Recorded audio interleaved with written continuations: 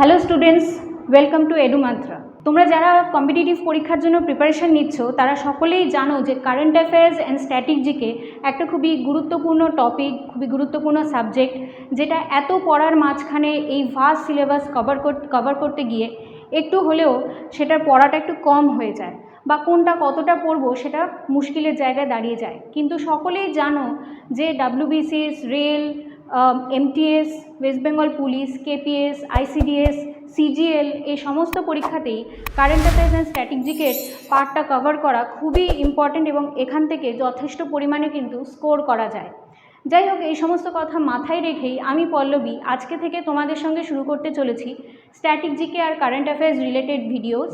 এখানে কারেন্ট অ্যাফেয়ার্সের সাথে সাথে বিভিন্ন উইকলি, মান্থলি কারেন্ট অ্যাফেয়ার্সের সাথে সাথে আমি কিন্তু এখানে রিলেটেড স্ট্র্যাটেজিকেও ডিসকাস করব, কেননা স্ট্র্যাটেজিকেতে এরকম চ্যাপ্টার ওয়াইজ অনেক পড়া থাকে যেটা একসাথে কভার করা খুব মুশকিল হয়ে যায়। সেই জন্য অল্প অল্প করে আমি প্রত্যেক ভিডিওতেই তোমাদের সঙ্গে স্ট্র্যাটেজিকে as well as weekly and monthly current affairs discuss করব। তো আজকে আমরা আর বেশি কথা না বাড়িয়ে এই সমস্ত পরীক্ষাগুলো রিলেটেড যা যা current affairs weekly and monthly হতে পারে সেগুলো নিয়ে আলোচনা স্টার্ট করে দিচ্ছি। প্রথমেই দেখতে পাচ্ছ ডেজ, ইম্পর্টেন্ট ডেজ, জুন মাসের কয়েকটা ইম্পর্টেন্ট ডেজ সম্পর্কে আমরা দেখে নিই। Number 1, Telangana formation day observed annually on 2 June since 2014। তোমরা সকলেই জানো অন্ধ্রপ্রদেশ রাজ্য থেকে তেলেঙ্গানা রাজ্যটা আলাদা করা হয়েছিল। সেটা হয়েছিল অফিসিয়ালি 2 জুন 2014 সালে এবং তখন তেলেঙ্গানা কিন্তু 29 স্টেট হিসাবে ইন্ডিয়াতে পরিগণিত হয়েছিল। কিন্তু বর্তমানে জম্মু অ্যান্ড কাশ্মীর, লাদাখ ভাগ হয়ে যাওয়ার ফলে বর্তমানে কিন্তু ইন্ডিয়াতে 28 স্টেটস অ্যান্ড 8 ইউনিয়ন টেরিটরিজ, মানে 28টা রাজ্য এবং 8টি কেন্দ্রশাসিত অঞ্চল রয়েছে। তো তেলেঙ্গানা ডে হিসাবে আমরা 2 জুনকে দেখে থাকি। নেক্সট চলে যাচ্ছি ওয়ার্ল্ড এনভায়রনমেন্ট ডে, যেটা রিসেন্টলি কিছুদিন আগেই সেলিব্রেশন হয়ে গেল। এটা হচ্ছে বিশ্ব পরিবেশ দিবস 5ই জুন, তোমরা সকলেই জানো। এই বছর 2023 সালে এর থিম ছিল বিট প্লাস্টিক পলিউশন। প্লাস্টিক পলিউশনকে নিয়ে বিভিন্ন জায়গায় বিভিন্ন অর্গানাইজেশনে নানান রকম কথাবার্তা চলছে, তো সেই কথা মাথায় রেখেই এবছর কিন্তু এই থিমটা রাখা হয়েছিল। নেক্সট যেটা দেখছি ওয়ার্ল্ড ফুড সেফটি ডে, যেটা 7 জুন অবজার্ভ হয়েছিল। তোমরা কিন্তু যখনই ডেগুলো পড়বে, ইম্পর্টেন্ট কিছু ডেজ আমি আলোচনা করে দেবো, তার থিমসগুলো আলোচনা করে দেবো। তোমরা অবশ্যই নোটস বানিও এবং তাতে সেই থিমগুলো পড়ে রাখা কিন্তু ভীষণই জরুরি। তো ওয়ার্ল্ড ফুড সেফটি ডের যেটা থিম ছিল সেটা হচ্ছে food standards save lives. Next চলে যাচ্ছি world ocean day. World ocean day celebration হয় 8 জুন প্রতি বছর এবং এবছরের জন্য ওয়ার্ল্ড ওশান ডেতে থিম ছিল planet ocean, the tides are changing. Planet ocean, the tides are changing. তো চলো এই রিলেটেড কিছু ইম্পর্টেন্ট স্ট্র্যাটেজিকে, মানে ডেজ বিভিন্ন পরীক্ষাতে খুবই এসে থাকে এবং প্রচুর মাসে প্রচুর ডেজ তোমরা সকলেই মুখস্থ করো। তো এখান থেকে ইম্পর্টেন্ট কিছু ডেজ আমি প্রতিদিনই তোমাদের সঙ্গে আলোচনা করব। তো চলে যাচ্ছি ফার্স্ট ডে, যেটা হচ্ছে 22 মার্চ। 22 মার্চ বিশ্ব জল দিবস বা ওয়ার্ল্ড ওয়াটার ডে হিসাবে পালন করা হয় এবং এবছরের এটার থিম ছিল accelerating the change to solve the water and sanitation crisis. তো এবছর বিশ্ব জল দিবসের ক্ষেত্রে কিন্তু এই টপিকটা, যে থিমটা তোমরা মনে রেখো। প্রসঙ্গত বলে রাখি, লাস্ট ইয়ার মেন্সে, ডাব্লিউবিসিএস মেন্সে কিন্তু বিশ্ব জল দিবস সম্পর্কে বেঙ্গলি ডেসক্রিপটিভে একটি টপিক লিখতে দেওয়া হয়েছিল। তো এটা যথেষ্ট ইম্পর্ট্যান্ট, তোমরা খেয়াল রেখো। এরপরে দুটো ডেট কিন্তু খুব একসাথে গুলিয়ে যায়, তাই জন্য আমি দুটো পরপর রেখেছি। 22 March world water day and 22 April হচ্ছে ওয়ার্ল্ড আর্থ ডে। এবছর 2023-এ এর থিম ছিল invest in our planet, invest in our planet. Next চলে যাচ্ছি এই 22 মার্চেরই পরের ডেটটা, অর্থাৎ 23 March, which is world meteorological day. World meteorological day এর থিম হচ্ছে the future of weather, climate and water across generations. এই থিমটা তোমরা খেয়াল রেখো। আর ওয়ার্ল্ড মেটেরোলজিক্যাল ডে এই সম্পর্কে নেক্সট আমি স্লাইডগুলোতে বা আজকের ভিডিওতে আমি আরও কিছু স্ট্র্যাটেজিকে আলোচনা করব। চলে যাচ্ছি 8th মে। 8th মে হচ্ছে very important, very important world red cross day, এবং এর সঙ্গে সঙ্গে এই দিনটাতে ওয়ার্ল্ড থ্যালাসেমিয়া ডে হিসাবেও পালন করা হয়। তো রেড ক্রস সম্পর্কে তোমাদের একটু ছোট করে একটা অন্য স্ট্র্যাটেজিকের পার্ট আমি বলে দিচ্ছি। এই রেড ক্রস যে সোসাইটিটা, যার নাম হচ্ছে international committee of the red cross, এই যে কমিটিটা, এর ফাউন্ডার ছিলেন হেনরি ডুনান, এবং ওনার বার্থডে হচ্ছে 8th মে। তো ওনাকে সেলিব্রেট করার জন্যই, ওনার বার্থডেটা সেলিব্রেট করার জন্যই ওনার বার্থডেটাকেই আমরা রেড ক্রস ডে হিসাবে পালন করে থাকি। এবং হেনরি ডুনান আরেকটিও আমাদের পরীক্ষার জন্য ইম্পর্টেন্ট, যে উনি নোবেল পিস প্রাইজ পেয়েছিলেন। তো এইটা তোমরা মাথায় রেখো। এবং প্রসঙ্গত বলে রাখি যে এখানে কিন্তু যে কোনো পরীক্ষার যখনই তোমরা পড়াশোনা করবে কারেন্ট অ্যাফেয়ার্স স্ট্র্যাটেজিকে এই পার্টগুলো, তখনই একটার সঙ্গে আরেকটা ইনফরমেশনকে রিলেট করে 2-3টে টপিক যদি তোমরা একসঙ্গে কভার করো, তখন তোমরা দেখবে যে চট করে সেই বিষয়টা তোমাদের আয়ত্তও হচ্ছে, প্লাস হচ্ছে যে তোমরা সহজেই কিন্তু বিভিন্ন ইনফরমেশনগুলো জেনে ফেলতে পারছো। নেক্সট চলে যাচ্ছে 31st May, which is world anti tobacco day. আর তারপরে 12th June anti child labour day. Child লেবারটাও কিন্তু একটা very important topic for descriptive Bengali, descriptive English, এবং এই রিলেটেড যা যা রিসেন্ট নিউজ হয় সেগুলোও কিন্তু তোমরা চোখ রেখো সবসময়। News papers and other YouTube videos বা যাই হোক, যে কোনো নিউজেই তোমরা কিন্তু এই টপিকগুলো সম্পর্কে খেয়াল রেখো। আর 20th জুন হচ্ছে ওয়ার্ল্ড রেফিউজি ডে। এই রেফিউজি সম্পর্কেও একটা স্ট্র্যাটেজিকে আমি আমার এই ভিডিওতে কিছুক্ষণ পরেই আলোচনা করব। তো এগুলো হয়ে গেল ইম্পর্টেন্ট ডেজ। আমরা চলে যাচ্ছি আবার কারেন্ট অ্যাফেয়ার্সের কিছু টপিকে, যেখানে আলোচনা করছি অ্যাপয়েন্টমেন্টস নিয়ে। মেজর অ্যাপয়েন্টমেন্টস জুন মাসে এখনও অবধি ফার্স্ট উইকের মধ্যে যতটা হয়েছে, আমি আবার নেক্সট ভিডিওতে পরের অ্যাপয়েন্টমেন্টসগুলো আপডেট দিতে থাকবো। তো এটা হচ্ছে ফার্স্ট চলে যাচ্ছি। Government of India appoints Ashwini Kumar as MD of UCO bank. Ashwini কুমারকে ইউকো ব্যাঙ্কের ম্যানেজিং ডিরেক্টর হিসাবে অ্যাপয়েন্ট করেছে গভর্নমেন্ট অফ ইন্ডিয়া। নেক্সট একটা খুব গুরুত্বপূর্ণ টপিক, সেটা দেখো, Latvian parliament elects foreign minister Edgars Rinkevics as new president. Latvia যে কান্ট্রিটা, সেই কান্ট্রির যে পার্লামেন্ট, তারা সেই দেশেরই ফরেন মিনিস্টারকে সেখানকার প্রেসিডেন্ট হিসাবে নির্বাচিত করেছেন। এখানে লাটভিয়া সম্পর্কে একটু তোমরা চট করে দেখে নাও, লাটভিয়া দেশটা কোথায় বা একে কী বলা হয়। দেখো, ওয়ার্ল্ড ম্যাপে তোমরা দেখতে পাচ্ছ, ওয়ার্ল্ড ম্যাপে ইউরোপের নর্দার্ন পার্টে এই লাটভিয়া কান্ট্রিটা রয়েছে।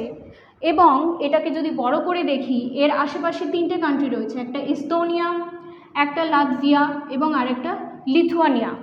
এই 3টে কান্ট্রিকে একসঙ্গে বাল্টিক কান্ট্রিজ বলা হয়। এবং এই কান্ট্রিগুলো very important in world economy এই কারণে যে এরা সকলেই হাই ইনকাম ইকোনমিজ এবং high human development index maintain করে। তো এই কারণে এই সমস্ত কান্ট্রিগুলো একসঙ্গে বিভিন্ন রকম কোঅপারেশন, বিভিন্ন রকম এগ্রিমেন্ট, এইগুলোতে এরা একসঙ্গে কাজ করে এবং এদেরকে বাল্টিক কান্ট্রিজ বলা হয়। আর এর পাশেই দেখছো, লাটভিয়ার পাশেই আমাদের ওয়ার্ল্ডের এরিয়া বেসিসে লার্জেস্ট কান্ট্রি রাশিয়া রয়েছে। তো লাটভিয়া যে কান্ট্রিটা, এটা নর্দার্ন ইউরোপের পার্ট, এবং এইগুলো কিন্তু বাল্টিক রিজিয়ন হিসাবে বা বাল্টিক কান্ট্রিজ হিসাবে আমরা জেনে থাকি। নেক্সট চলে যাচ্ছি, অমরেন্দু প্রকাশকে takes charge as SAIL chairman. তোমরা জানো স্টিল অথরিটি অফ ইন্ডিয়া 1954-এ প্রতিষ্ঠিত হয়েছিল। স্টিল অথরিটি অফ ইন্ডিয়ার বর্তমান চেয়ারম্যান হিসাবে নিযুক্ত হয়েছেন অমরেন্দ্র প্রকাশ। পরেরটা চলে যাচ্ছি, Celeste Saulo of Argentina has been appointed as the first female secretary general of the World Meteorological Organization. আমি কিছুক্ষণ আগেই তোমাদের ওয়ার্ল্ড মেটেরোলজিক্যাল ডে নিয়ে বলেছিলাম। এই ক্ষেত্রেও কিন্তু আবার আমরা চলে আসছি ওয়ার্ল্ড মেটেরোলজিক্যাল অর্গানাইজেশন আবার নিউজে। সেটা হচ্ছে এই সিলেস্তে সাউলো অফ আর্জেন্টিনা, এই যে ইনি আর্জেন্টিনার, এনাকে ওয়ার্ল্ড মেটেরোলজিক্যাল অর্গানাইজেশনের উনি ফার্স্ট ফিমেল সেক্রেটারি জেনারেল হিসাবে নিযুক্ত হয়েছেন। এই ওয়ার্ল্ড মেটেরোলজিক্যাল অর্গানাইজেশনটার হেডকোয়ার্টার রয়েছে জেনেভা, সুইজারল্যান্ডে। নেক্সট চলে যাচ্ছি আবার এই রিলেটেড কিছু স্ট্যাটিক জিকে, যেটা আমি তোমাদের সঙ্গে বলেইছিলাম আলোচনা করব। তো প্রথমটা দেখতে পাচ্ছ, আমি এখানে বিভিন্ন কান্ট্রিজ এবং তাদের পার্লামেন্টসগুলোও ভীষণভাবে পরীক্ষাতে এসে থাকে। তো সেই কান্ট্রিজগুলোকে আমি কিন্তু তোমাদের সঙ্গে কন্টিনেন্ট হিসাবে আলোচনা করব। যেমন ধরো এশিয়ার মধ্যে পার্টিকুলার কিছু কান্ট্রি, এত কান্ট্রি রয়েছে, 193টা দেশের পার্লামেন্ট জানার আমাদের কোনো প্রয়োজন নেই, বা এত আমরা মনেও রাখতে পারবো না। তো এই কারণে এই কিছু কিছু আমি কন্টিনেন্ট বেসিসে কিছু কিছু ইম্পর্টেন্ট কান্ট্রিজ, যেগুলো প্রিভিয়াস ইয়ার পরীক্ষাতে এসে গেছে বা যেগুলো ইকোনমির বিভিন্ন নিউজে আমাদের হট টপিক রয়েছে, সেই সমস্ত কান্ট্রির পার্লামেন্টগুলোই আমি তোমাদের সঙ্গে আলোচনা করে দেবো। তোমরা এর রিলেটেড নোটস তোমরা রেডি রেখো। প্রথম আমি আজকে এশিয়ান কান্ট্রিজগুলোকেই 5টা কান্ট্রিজ নিয়েছি, এরপরে আমি অন্যান্য কন্টিনেন্টসের কান্ট্রিজগুলোও আলোচনা করে দেবো। প্রথম হচ্ছে ইরান। ইরানের পার্লামেন্টকে বলা হয় মজলিস। তারপরে একটা পিপলস মজলিস, ভীষণই কাছাকাছি নাম, সেজন্য আমি পরপর রেখেছি। ইরানের পরে হচ্ছে মলদ্বীপস, মলদ্বীপসে বলা হয় পিপলস মজলিস। তারপরে হচ্ছে ইসরায়েল, ইসরায়েলে বলা হয় নেসেট, ইসরায়েলের কান্ট্রিকে বলা হয় নেসেট, তোমরা এর উচ্চারণটা দেখে নিও। এরপরে হচ্ছে বাংলাদেশ, বাংলাদেশের পার্লামেন্টকে বলা হয় জাতীয় সংসদ। লাস্ট হচ্ছে নেপাল, রাষ্ট্রীয় পঞ্চায়েত। আমি 5টা করেই রেখেছি, প্রত্যেক দিন এরকম অল্প অল্প করেই আমি তোমাদের সঙ্গে আলোচনা করব।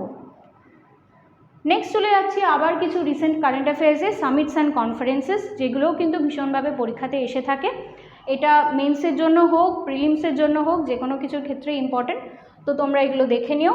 প্রথম দেখো বলছি ইন্ডিয়া ইইউ, ইইউ বলতে ইউরোপিয়ান ইউনিয়ন, এর ফুল ফর্ম তোমরা জানোই, না জেনে থাকলে তোমরা নোট করে নিও। ইন্ডিয়া ইউরোপিয়ান ইউনিয়নের connectivity conference to be organised in Meghalaya from June 1। তো জুন 1 আর জুন 2 এই দুটো দিনে অলরেডি এই কনফারেন্সটা হয়ে গেছে। এই কনফারেন্সটা হওয়ার কথা ছিল মেঘালয়ার ক্যাপিটাল শিলংয়ে। কোন জায়গায় বললাম? মেঘালয়ার ক্যাপিটাল শিলংয়ে ইন্ডিয়া আর ইউরোপিয়ান ইউনিয়নের কানেক্টিভিটি কনফারেন্স। কানেক্টিভিটি বলতে এখানকার মানে ইউরোপের সঙ্গে ইন্ডিয়ার নর্থ ইস্টের নেপাল, ভুটান এই সমস্ত দেশেরও যে কানেক্টিভিটি কেমন হবে সেই ডেভেলপমেন্ট নিয়েই আলোচনা হয়েছিল এই কনফারেন্সে।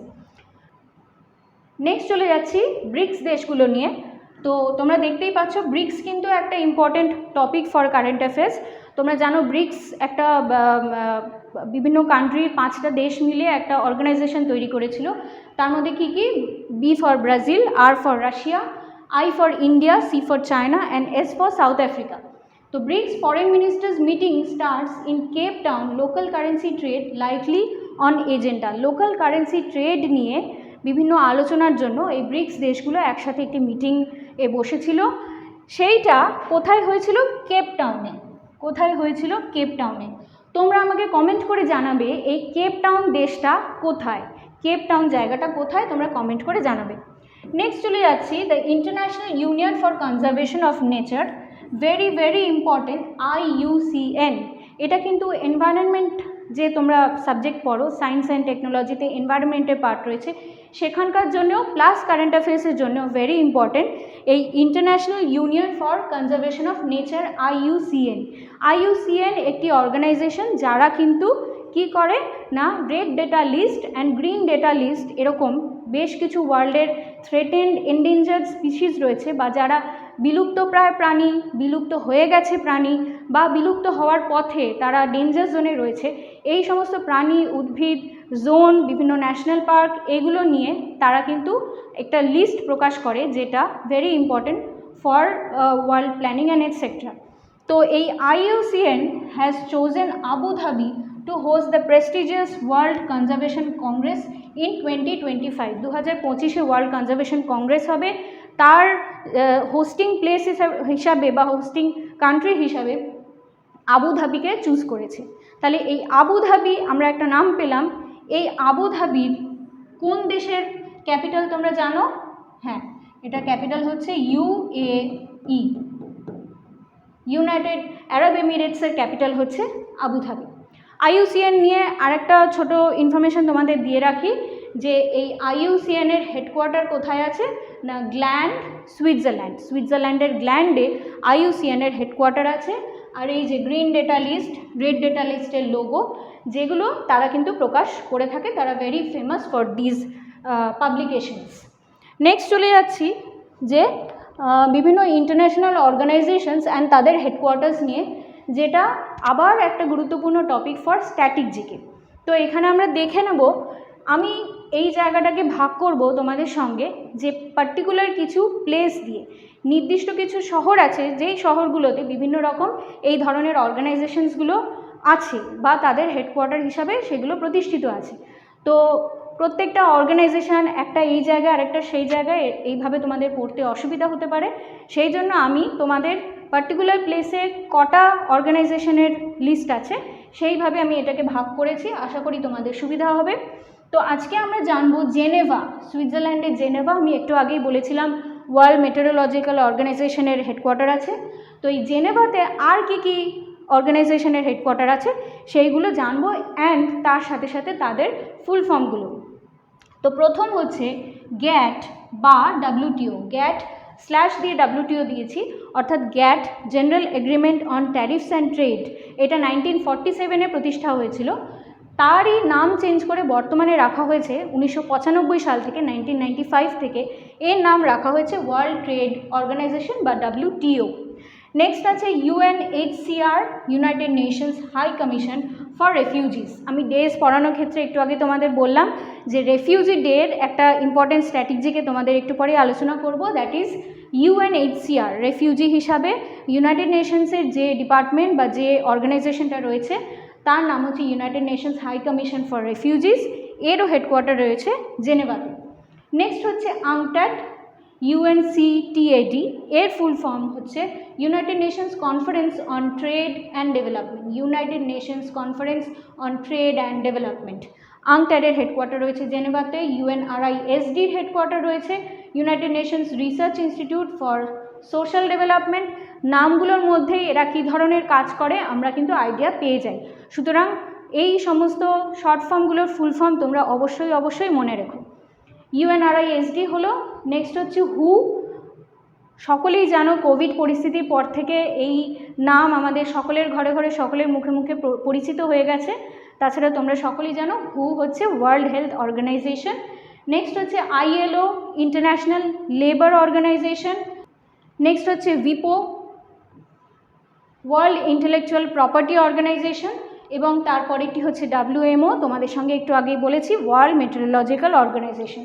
তো এই অর্গানাইজেশনগুলোর হেডকোয়ার্টার রয়েছে সুইজারল্যান্ডের জেনেভাতে। নেক্সট দেখে নিই পরের কিছু ন্যাশনাল নিউজ, আমাদের দেশের ইন্ডিয়ার কিছু ন্যাশনাল নিউজের ক্ষেত্রে কি কারেন্ট অ্যাফেয়ার্স রয়েছে জুন মাসে, সেগুলো আমরা দেখে নিচ্ছি। তো প্রথমেই রয়েছে, দেখো ভেরি ইম্পর্ট্যান্ট, এখন নিউজে ভীষণই কারেন্টলি ফেভারিট, সেটা হচ্ছে Mekedatu dam. Mekedatu dam project is located in Ramanagaram district about 100 kilometers south of Bengaluru, close to where the Kaveri enters Tamil Nadu. Kaveri নদী তামিলনাড়ুর যেখানে প্রবেশ করছে সেই জায়গাতেই এই মেকেদাতু ড্যাম প্রজেক্টটা, এই যে এখানে তোমরা দেখতে পাচ্ছ, এটা কর্ণাটকা, এটা তামিলনাড়ু, এইটা কাবেরী রিভার। তো কাবেরী রিভার এখান থেকে যেখানে প্রবেশ করছে এই রকম জায়গাতে এই মেকেদাতু ড্যাম প্রজেক্টটা নেওয়া হয়েছে, যেটা নিয়ে কিন্তু বর্তমানে এই দুটো স্টেটের মধ্যে, কর্ণাটকা এবং তামিলনাড়ুর মধ্যে যথেষ্ট কন্ট্রোভার্সি চলছে। তো the project has been a source of contention between Karnataka and Tamil Nadu for years. Next চলে যাচ্ছি, the Maharashtra government has recently launched নামো শেতকারি Mahasanman Yojana scheme aimed at providing support to farmers in the state. মহারাষ্ট্রর চাষিদের, কৃষকদের help করার জন্য, support করার জন্য একটা স্কিম নিয়েছে মহারাষ্ট্র গভর্নমেন্ট, যার নাম হচ্ছে নমো শেতকারি মহাসম্মান যোজনা। নেক্সট চলে যাচ্ছি, তোমরা রিসেন্টলি জানো, আমরা সকলেই জানি যে একটা খুবই স্যাড ইনসিডেন্ট, খুবই ভয়ঙ্কর দুর্ঘটনা ঘটে গেছে ওড়িশাতে, বাহানাগা স্টেশনের কাছে করমণ্ডল এক্সপ্রেস এবং যশবন্তপুর এক্সপ্রেস আর একটি মালগাড়ির মধ্যে কলিশন হয়ে বহু লোক প্রাণ নিহত হয়েছে, হতাহত হয়েছে। তো সেইটাও আমাদের কারেন্ট অ্যাফেয়ার্সের টপিক হিসাবে জানতে হবে। এটা হয়েছিল ওড়িশাতে। নেক্সট হচ্ছে Gobardhan scheme, government launches unified registration portal for biogas projects. Biogas প্রজেক্টের জন্য গোবর্ধন স্কিমটা গভর্নমেন্ট অফ ইন্ডিয়া নিয়েছে। নেক্সট চলে যাচ্ছি PM কিষাণ স্কিম। এই স্কিমগুলো কয়েকটা আছে যেগুলো তোমাদেরকে কিন্তু অবশ্যই মাথায় রাখতে হবে, আমি আলোচনা করে দেবো, তোমরা অবশ্যই ভিডিওটা ফলো করতে থেকো। Empowering Indian farmers for a resilient agricultural sector.